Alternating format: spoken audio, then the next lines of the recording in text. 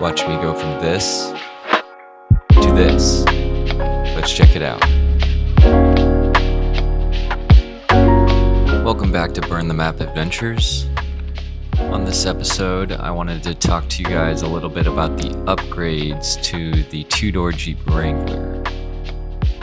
I've been planning on upgrading my wheel set for some time now, and I've had my eye on the Nomad Arvos. I love supporting the local California brand.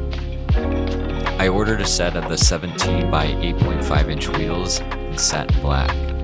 I'd be putting on the 35 by 12.5 inch Nitto Ridge Grapplers, a beefy hybrid terrain tire that could perform on the trail while keeping my daily commuter as quiet and smooth as possible. With the bigger wheel set, I wanted to add a 2.5 inch lift to maximize my clearance when on the dirt. In order to do this, I figured it would be best to take my car to an off-road shop. So we just arrived at Rebel Off-Road. We're gonna drop off the car for a couple days and let them do their work. So this is the last time we're sitting on these stock Firestone Destinations.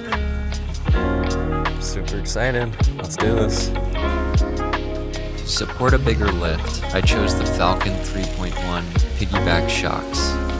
These work hand in hand with the Teraflex Alpine CT2 short arm suspension, a bolt-on system that delivers true cross-trail performance. With longer travel, I don't have to worry about the bigger tires rubbing or bumping inside the wheel wells, no matter how difficult the terrain.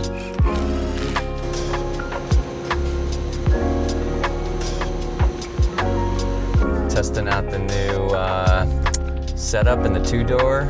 Gotta tell you, man, this clearance is next level. I mean, I'm hitting obstacles that I normally would never even attempt in my previous setup, and just going at it with ease. I can't tell you how excited I am for this new upgrade, and yeah, we're just gonna keep on trucking through this trail.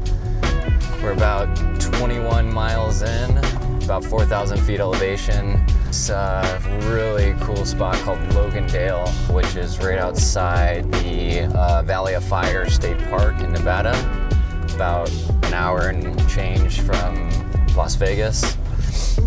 And man, this landscape was absolutely stunning. It had that red rock look of Moab, smack dab in the middle of Nevada. It's pretty incredible. I mean, there was actually sand dunes too. It's pretty bumpy here, but awesome. Great views.